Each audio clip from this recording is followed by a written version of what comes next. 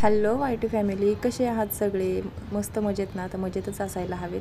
सगळ्यांच्या सर्व इच्छा आणि सगळ्यांचा दिवस हा आनंदाचा आणि सुखाचा जाऊ हीच स्वामींचरणी प्रार्थना. तर आजचा ब्लॉग हा खूप खास आहे, कारण आज आहे ना स्वामींचं जे पुण्यतिथी आहे ना ती आहे. आणि आज माझा खूप आनंदाचा दिवस आहे, कारण माझ्या स्वामींची पुण्यतिथी आहे. आणि नंतर मग आज आहे ना सकाळचा हा ब्लॉग टाकते आहे. आणि सकाळी जे आहे ना ते आता नाश्त्याची तयारी चालली आहे, त्याच्यामुळे मग मी ते ओलं खोबरं जे आहे ना ते काढलं. तर मी ते काय त्याच्यासाठी काय एवढा आटापिटा करत बसले नाही. कुकर वगैरे कुकरमध्ये टाकून गरम वगैरे करायचं आणि नंतर मी हाताने सुरीने व्यवस्थित असं टॅप टॅप करून सगळं खोबरं निघतं. तर इथे जे आहे ना रव्याच्या इडल्यांचा नाश्त्यासाठी बेत बनवायचा आहे.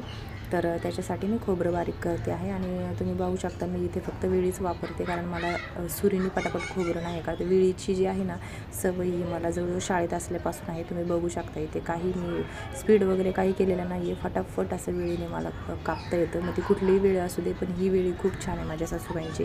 छोटीशी पण धारदार आहे आणि खूप छान आहे. डोळे झाकूनसुद्धा मी ही विळीने काही कापू शकते, इतका माझा एक्सपिरियन्स आहे. आणि बघता बघता मी खोबरंही तोंडात घालत होते, कारण खूप गोड होतं.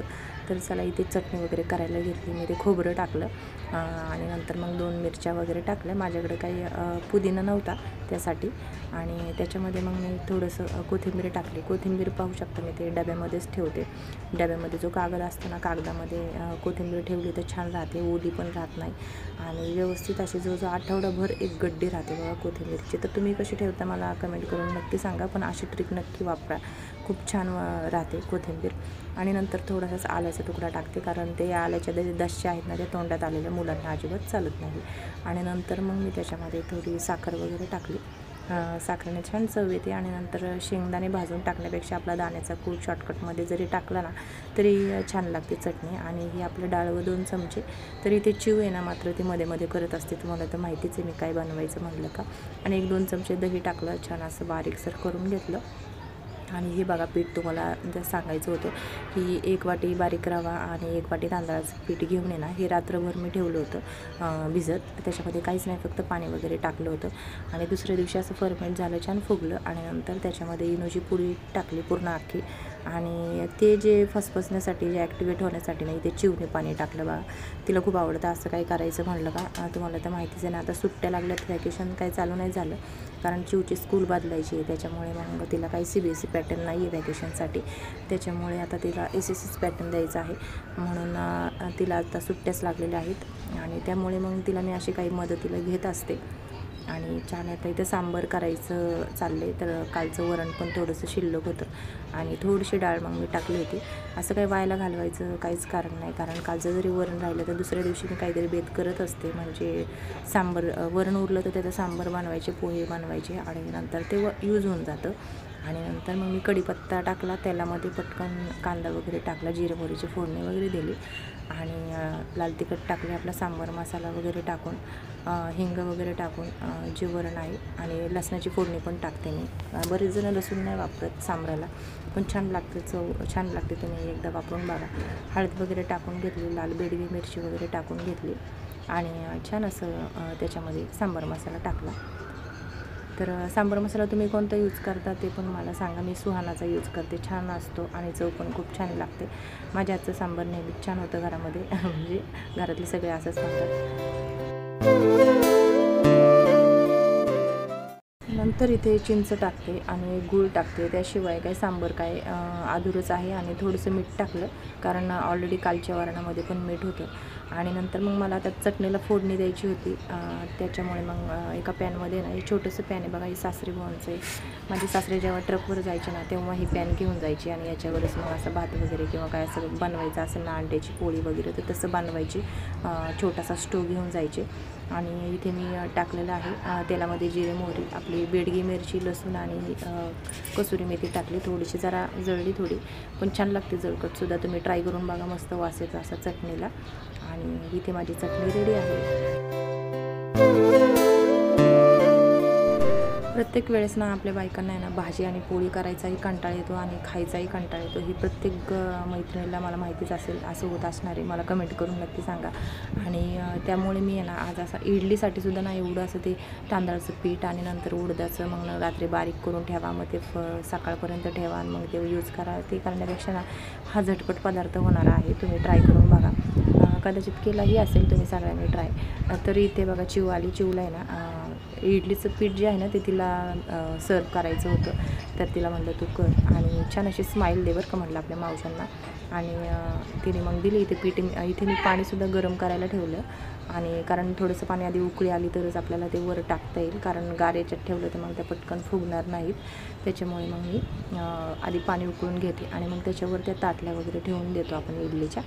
सगळेच जण असंच करतात. आणि नंतर मग शिव बघा इथे छान अशी टाकते. तिला म्हटलं थोडं थोडं टाकायचं आणि असं टॅप टॅप करायचं म्हणजे ते सगळं पडतं आणि सांडत पण नाही खाली.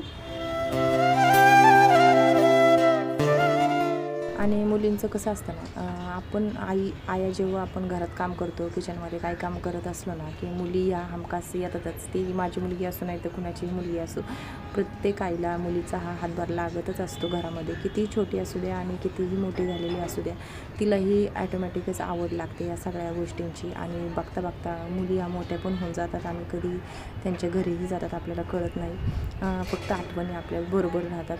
आणि हे बघा इथे इडली वगैरे छान अशी झालेली आहे आणि इथे सांबार वगैरे पण मी देते. सगळं काय झालेलं एकदम छान अशी स्पॉन्जी इडली होते. तर तुम्ही ट्राय करून बघा. जास्त अशी फुगलेली आहे माझ्या मते. तर एवढी पण नाही फुगायला पाहिजे म्हणजे व्यवस्थित अशी झालेली आहे आणि छान लागते. चवीला पण खूप छान लागते. तुम्ही घरी ट्राय करून बघा एकदा. हे बघा जाळी पण खूप छान अशी पडलेली आहे. तर आता दिवसभर हे खाणंच चालू राहणार म्हणून आता 4 वाजले होते आणि 4 वाजता म्हटलं आता हा फालुदा जो आहे ना तो फालुदा करायला घेतला. तो बराच आता फक्त 1-2 महिनेच राहिले होते एक्सपायरी डेटचे.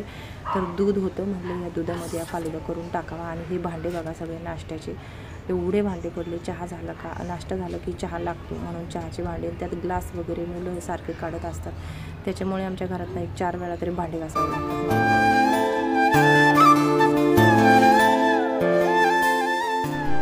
मुलींचं लग्न जमलं का मुली ह्या आपल्या जवळच्या माणसांना विसरत नाहीत, हे नक्की खरं. आमच्या इथे खाली भाडेकरी म्हणून होती नाही, स्वाती म्हणून. तर ती दुसरीकडे गेली होती. जर आता 7-8 महिने झाले राहायला गेली होती. पण तिच्या लग्नाची जी पत्रिका आहे ना ती तिची आई देऊन गेली होती आणि गावाला जायचं होतं उद्या म्हणून ती आदल्या दिवशीच आजच भेटायला आली होती. तर तिला म्हटलं छान मी तुझा ब्लॉग काढते, तुला ब्लॉगमध्ये घेते, म्हणजे तुझं ही जी आठवण आहे ना ती माझ्यासाठी खास राहील. आणि मला जेव्हा तुझी आठवण येईल ना तेव्हा मी हा व्हिडिओ नक्की बघेल. ॲक्च्युली खूप छान आहे ती मुलगी. आणि वाटतसुद्धा नव्हतं की ती म्हणजे अशी लहान आहे माझ्यापेक्षासुद्धा. असं वाटत होतं की ती आणि मी बरोबरचेच आहेत. आणि ती मला कधीच काकी किंवा मामी म्हणायची नाही, ती मला चिवची मम्मीच म्हणायची. कारण ती म्हणायची की तुम्हाला वाटतच नाही की 2 मुलं आहेत म्हणून. आणि इथे फालुदा वगैरे खाऊन झाला, तिलाही दिला होता. आणि मला काय फालुदा अजिबात आवडत नाही, स्ट्रॉबेरी फ्लेवरचा होता. नंतर आता संध्याकाळ झाली, स्वामींना जायची वेळ झाली होती आणि ते हे केलं, शिरा वगैरे केला स्वामींना. मी नेहमी दर पुण्यतिथीला शिरा हा नेत असते. अगरबत्ती वगैरे लावून घेतली आणि आशीर्वाद घेतला देवांचा. पहिला कुठेही जात असताना मी पहिला अगोदर देवाला नैवेद्य वगैरे दाखवते घरातल्या देवांना आणि मग निघतो आम्ही. आणि इथे गळ्यातलं माझं जे वाढलं होतं ना ते मी काय अजून नीट करायला टाकलं नाही, पण म्हटलं आता हे घालून जाते. आणि हे पण छान आहे. मी फक्त 80 रुपयाला घेतलं होतं दुकानातून. छान बसलं ते. अशा वेळेस उपयोगाला येतं आणि कुठेही लांबचा प्रवास असला ना तर त्यासाठी पण उपयोगाला येतं.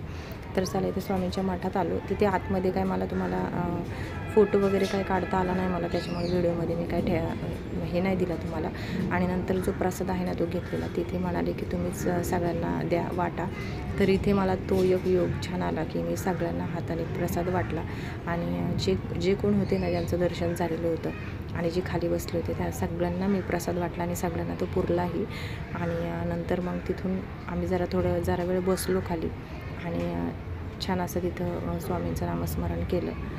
आणि पहा ना इथे छान बाळ आहे ना हे असं स्वामींच्या गाण्यावर छान फिरकत होतं. आणि किती कौतुक असतं ना जेव्हा लहान मुलांना देवाची गोडी लागते, खास करून स्वामींची, ज्याच्यावर सगळेजण विश्वास ठेवतात. आणि इथे चिव पण प्रसाद खात होती. आम्ही जरा वेळ विसाव्याला बसलो आणि नंतर मग इथे चिवला मात्र गुलाबाचं फुलं तोडायची होती आणि नंतर मग इथे औदुंबराचं दर्शन घेऊन आम्ही लगेच घरी निघालो. तर इथेच हा व्लॉग संपवते. तुम्हाला कसा वाटला मला कमेंट करून नक्की सांगा. जरा व्लॉग हा उशिरा येत आहे. तर चला आजचा ब्लॉग कसा वाटला मला कमेंट करून नक्की सांगा. चॅनलवर नवीन असाल तर चॅनलला सबस्क्राईब करा आणि भेटूयात आपण अशा छानशा नवीन एका ब्लॉगमध्ये. तोपर्यंत बाय.